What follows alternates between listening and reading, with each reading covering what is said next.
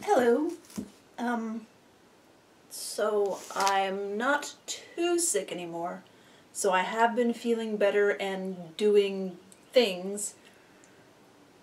But most of my time when I really sit down and start a big project is on Saturday morning. And this Saturday morning and into afternoon, I was reading a book. Hello, Chip! So time that would have been spent on doll things was spent reading. And here's Chippy. So I did do some doll things. I sewed some stuff. I'm not going to show you everything I sewed because a few of the things I sewed were as part of the things to go into thank you packs for things that people have sent me.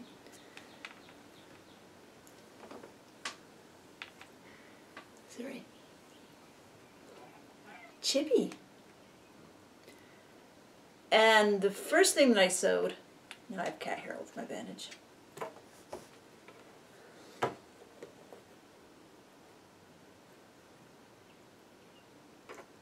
Chippy, come on. The first thing I sewed used some of the cloth that was sent to me recently by Natalia. It included several different knits, some of which are printed. So I decided I wanted to try to make one of the pull-on curvy, Chip, don't lay on the doll, pull-on curvy tank dresses out of a print knit. The knit I chose is a bit thinner than the knits I'm used to. So I'm not good at sewing those, and I figured out after I sewed it that I forgot to switch to the ballpoint needle.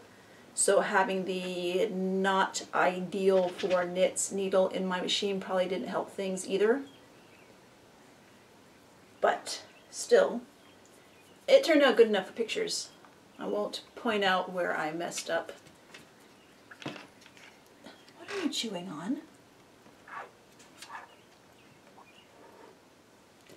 So, this is it.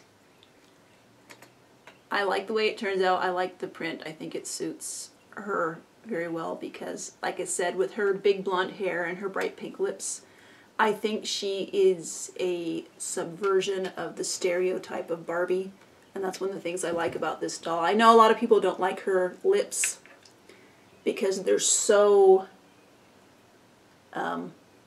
lacking detail, and I thought that way too when I saw her online and in pictures, but once I actually got her, I really like the lips on this doll.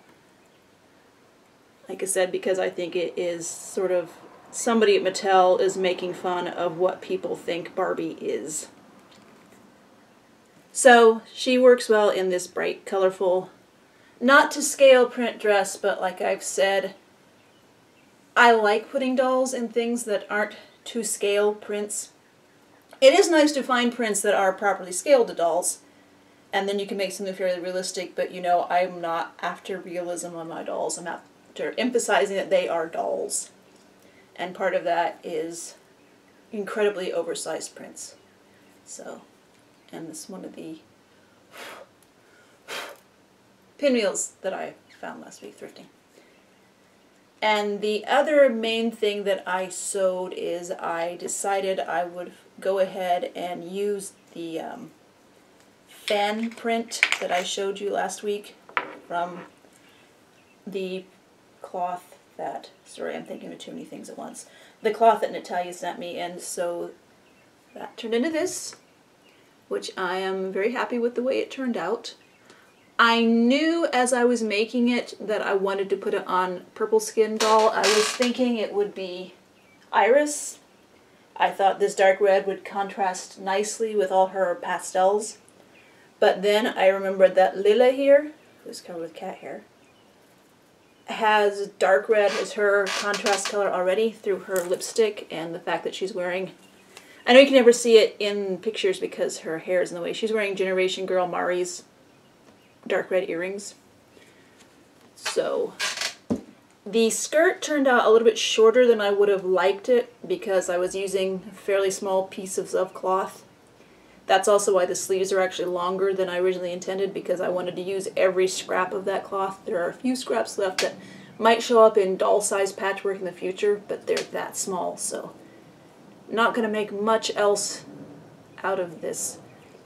And what she had been wearing before included this slip, so I went ahead and put that back under, and then I added the blue bow and made this necklace really fast so there would be more pops of blue to make the slip make sense.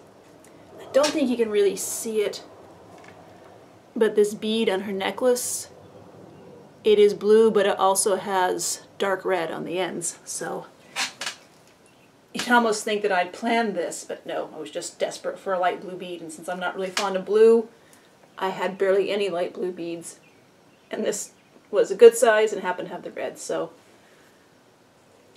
it's not that I am uncoordinated with the things I put together. It's just that the same kind of things catch my eye. So I guess even though they're disjointed, the fact that they all go together in my brain when I'm picking them out means that they will work together in the end, or something like that. Because I know people have said that my dolls have a distinct style, and I don't see it. They're just my dolls. They're just this magpie mess of whatever I like put together. But it's my magpie eye, so I guess there is a unification, if only because it's what my brain thinks looks interesting. And I brought this doll up from the basement where I'd airbrushed her. People are asking how I painted her. I painted the doll purple and this green one. It's an airbrush. Mainly because spray paints tend not to get along with soft plastics, because the chemicals to keep the plastics soft also keeps the spray paint soft, so it stays tacky forever. You can sort of compensate for that by putting, well, people recommend talcum powder, baby powder. Those really aren't good for you to breathe. Cornstarch. You can put cornstarch over them to cut down the tackiness, but that has to be reapplied a lot. I did seal this with Citadel Purity Seal out of a spray can, and that is, like, I think Mr. Super Clear also does not interact with the plasticizers and stay tacky, so I have the Purity Seal I have found out also does not stay tacky. So now I need to reroute her, and I have, yesterday I pulled out my boxes of dolls and heads, bodies and heads, and there were a bunch that I wanted to put together, but either I've already wiped the faces off of them because they have interesting hair but I didn't like the face, or they need to be rerouted because the face is okay but I don't like the hair, or more common than that was they need new hair and a new face because I don't like the hair and I don't like the face, but I like the sculpt. So she obviously needs to be rerouted. She was an 80s midge with the Steffi sculpt, so she has a lot of holes for the hair. This is one of those that I might even, after I do the hairline, when I get to the field of the hair, I might even skip every other hole in some areas because they're so dense. And she did have, you see that little line of rooting holes right after the hairline? Those were her bangs. So I'm not sure if I'm going to get her bangs in or not.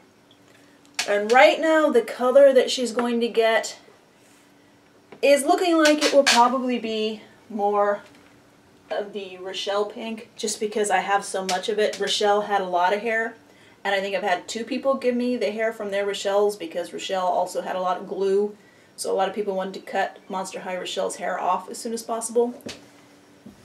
So she could do more pink. I do have a green gal with pink Rochelle hair. That's Sherbet, or she calls Sherbet or Sorbet, I can't remember what I called her, or Sherbet, with the Mackie sculpt. And I have not really boiled her hair flat because, like I said, I don't like the idea of dipping a painted head in boiled water. I have had boiled water lift paint off of dolls before, so I really don't want to risk that. So I still need to wrangle her hair into shape. So, is that the sink? It's a slightly different color green. So I might do the pink hair for her, or I have a bunch of white hair from the Abby Abominable, who I use the purple and pink for her. I think I also have white hair from a Frankie. So I have, and I might do pink and white hair mixed, I'm not sure, but I have probably options of either pink and white to go with this. And I have no idea what her face is going to look like because, like I have mentioned and emphasized, I don't really plan this stuff too good. A lot of my doll customizing is what if? What if I made a dress out of this pattern for this print, for this size? What if I got a dress out of... I don't know if you noticed I was messing with this doll before I pulled her out before because I had something to try to hold her necklace in place so it wouldn't flip around to the back of her neck like that. What if I painted a doll purple? What if I made a dress out of this? Because when I plan stuff, it usually doesn't turn out very well. Not like it's in my brain at all. It's even worse if I have a specific idea for a cloth, a kind of print that I want to use, and I go out into the world and try to find that print. I never do. So that's why I just tend to accumulate everything and find a use for it later. That's my excuse. And I got a watch. See, it has roses on the face. Aldi Special Buy. And yes, I got new glasses. These have not replaced my cat eye glasses. These are going into rotation with them. When I was a kid in the 80s, I wanted a pair of horn rim style glasses so much. But in the 80s, it was hard to find weird stuff, and when you did, it would be expensive, especially glasses. But now that we have the internet, I got these for like $13 shipped, so. And I did not go to the thrift store today. It's like I said, I'm going to try not to go in May, but I had a mental boost for not going to the thrift store because I knew waiting for me at the post office was, I forgot to come up with a return address. Well, it's a box! A box full of dolls.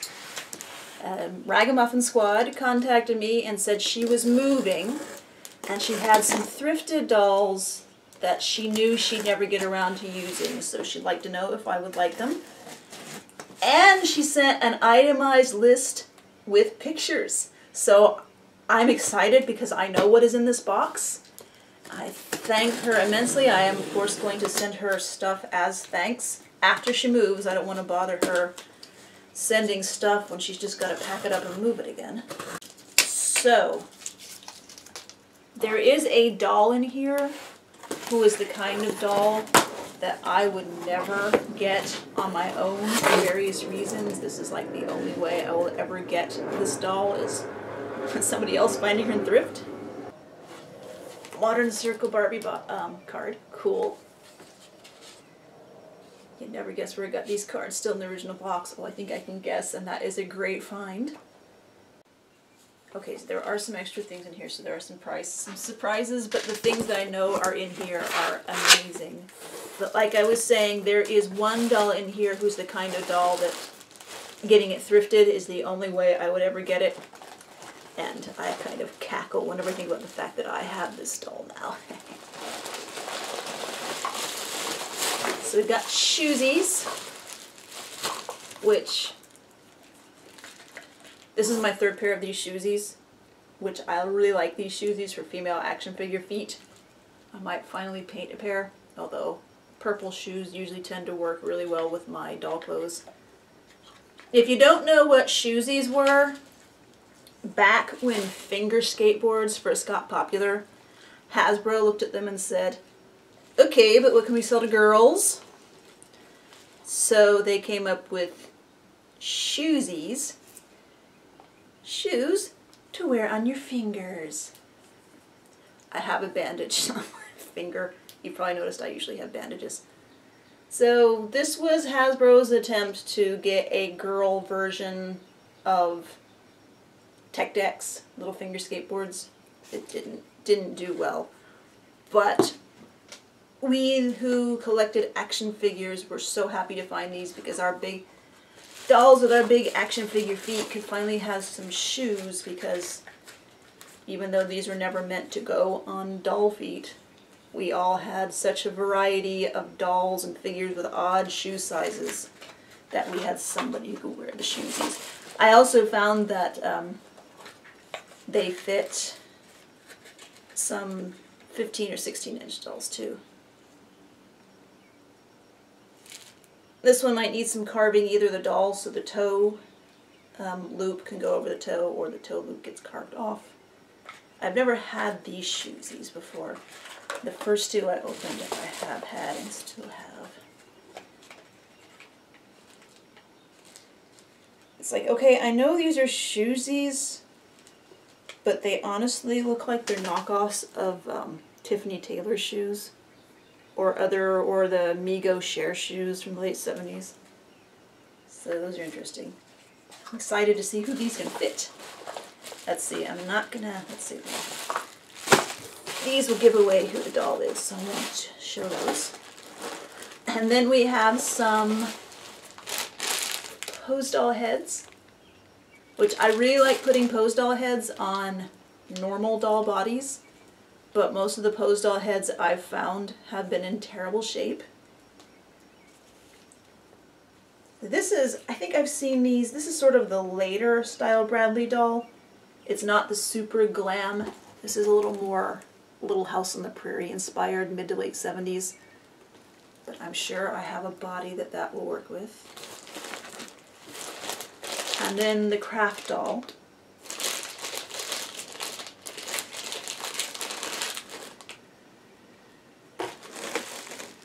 Those dies. It's still amazing.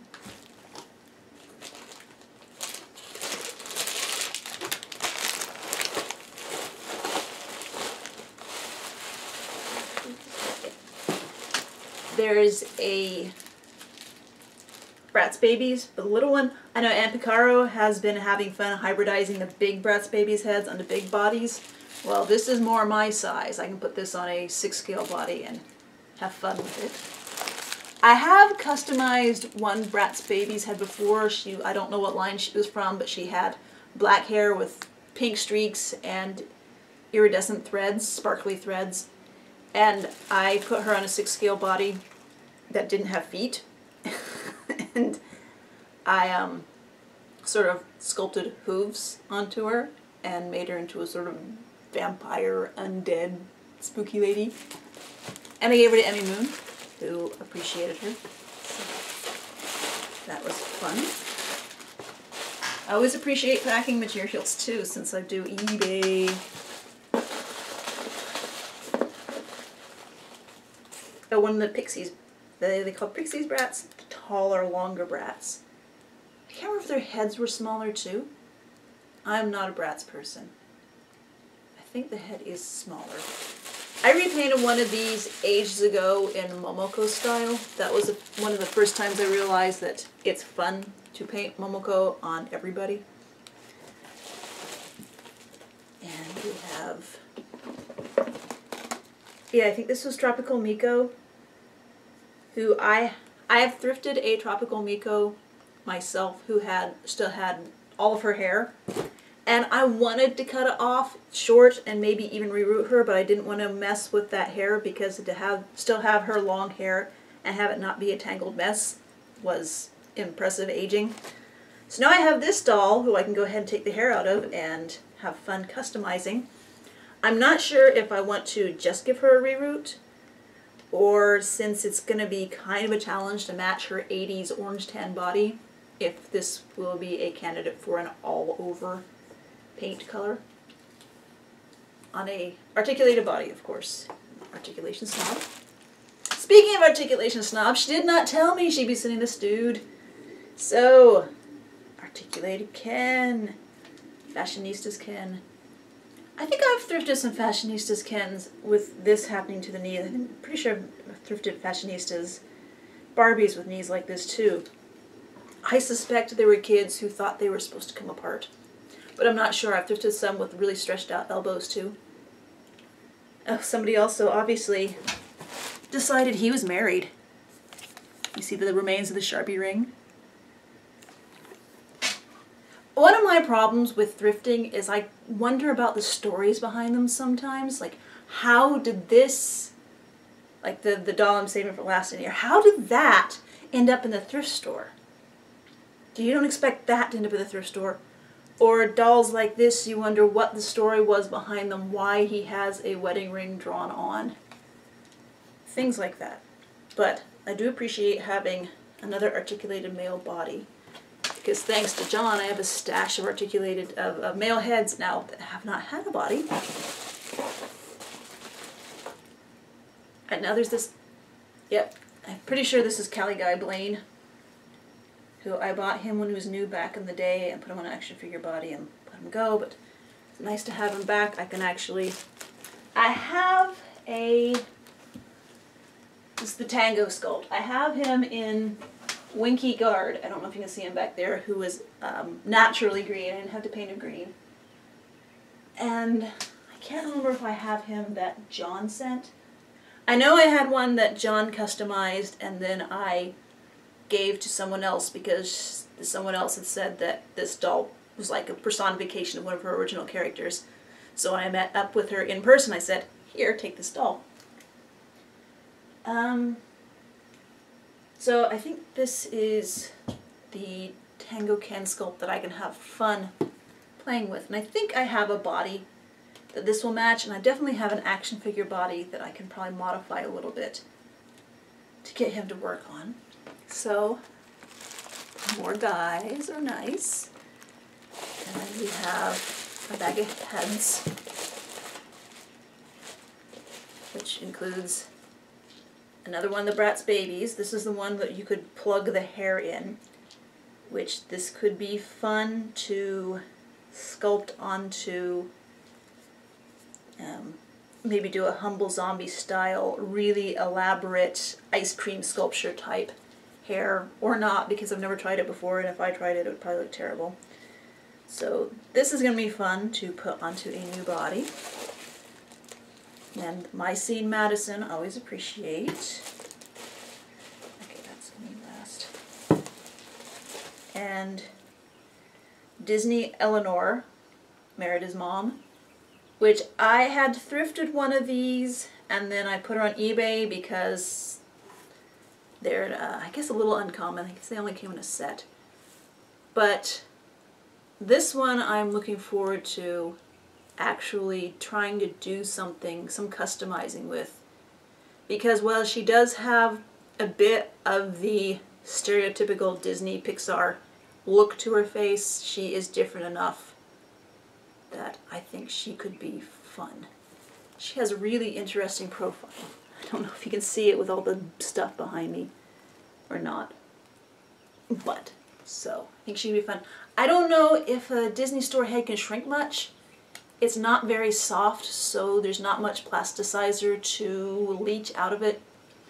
If you don't know about acetone shrinking, you can do it slow or fast. You do it fast, you take out all the hair, you take off all the face paint, you dump it in water, in acetone, put it in a jar of acetone with the lid sealed for a few hours, and it's going to absorb the acetone and swell up. Then you take it out and put it someplace well ventilated to dry out.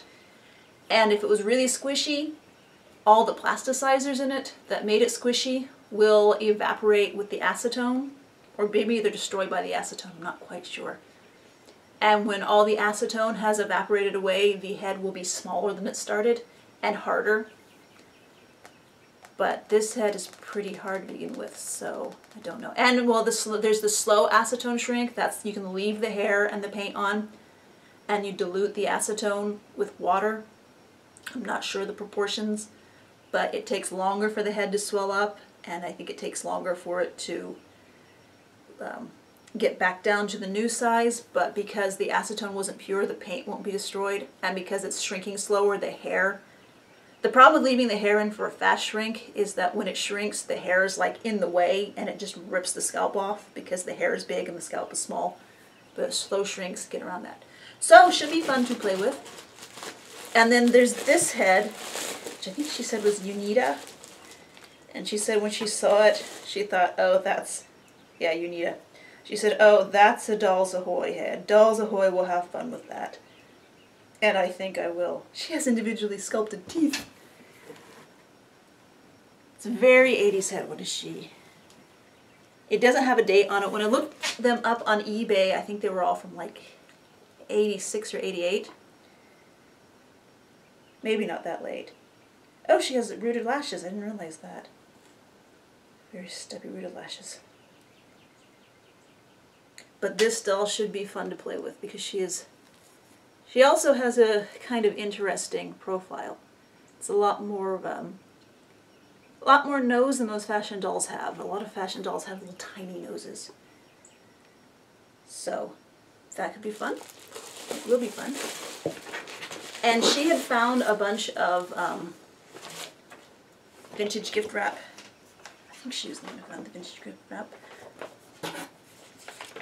So I will probably iron this and spray glue it to a backdrop for doll pictures. And so this, the wrapping papers are also surprises. This is just fantastic. I'm not sure what I'll do with this. Maybe a backdrop, maybe just hoard it forever because this is, you know, I like cats. Okay, now the doll she found in a thrift store, and you wonder what the story is. And getting it in a thrift store is the only way I would ever get it. I'll give you a clue. These are her shorts. This is her shirt. Those of you who know who it is are probably laughing now at the idea of me having Lammily.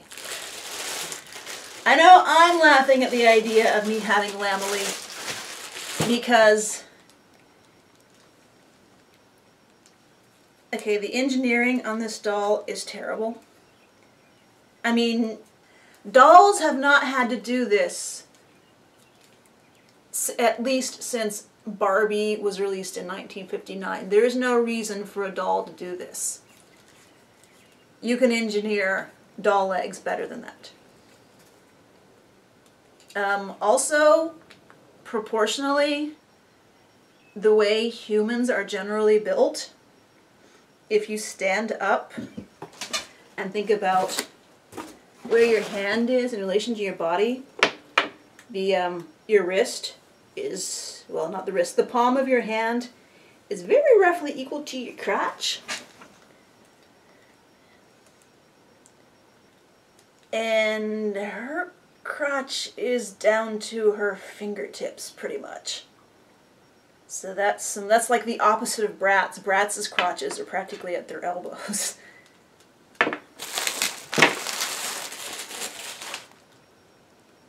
Well, okay, maybe not that far up, but this is not proportional either. When you dress a Bratz in a dress, it's not obvious.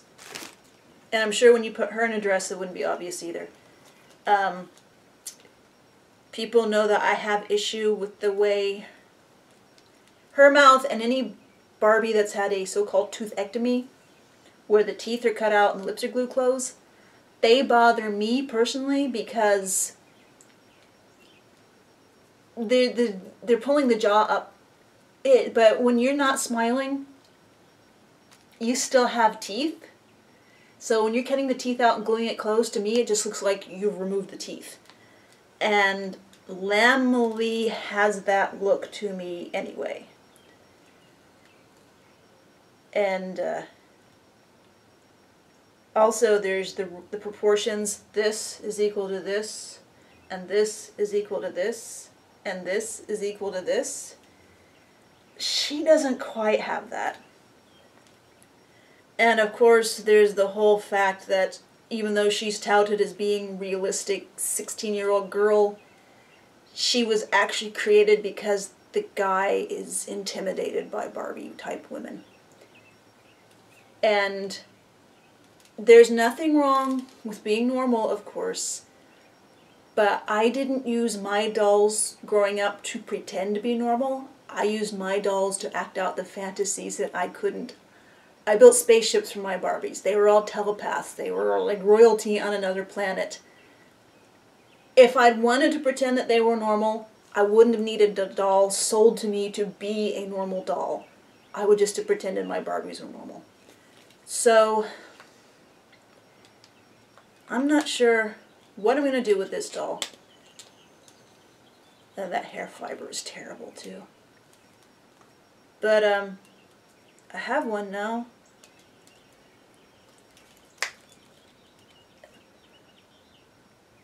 And, oh, no. I'm going to try to resist the temptation to steal her feet and hands for other dolls. And I'm going to try to figure out what to do with this doll to see if I can make her not your average kid. So thank you very much, Ragamuffin Squad, for this box of inspiration. I will get to making thank you things for you. I'm still way behind in thank you things for other people. So if you send me stuff, I will thank you. I will send you something in return. It just might take me a while, but I have a list. I keep a list, and I check the list, and I feel guilty when I haven't done things with the list. But as we've discussed recently, if you're not in the mood to do something, some people say force yourself to do it, and you'll snap yourself out of your funk. But really, I think if you can force yourself to do something, your funk was almost over with to begin with. And if you force yourself to do something and you're not into it, you're not going to like what you did. No matter what other people might say it's great, if you don't like it, you don't like it. And wow, this is a depressing way to end the video. But I have a feeling I've gone really long, although I probably will have cut out a bunch of pictures of Chip's butt pointed at the camera. And so that's it for today. I do have my case of lace over there, and I do want to start working on sorting it out for the informal lace challenge. But I've been procrastinating. Let's try to end this video on a happy note. Have a great day. Bye.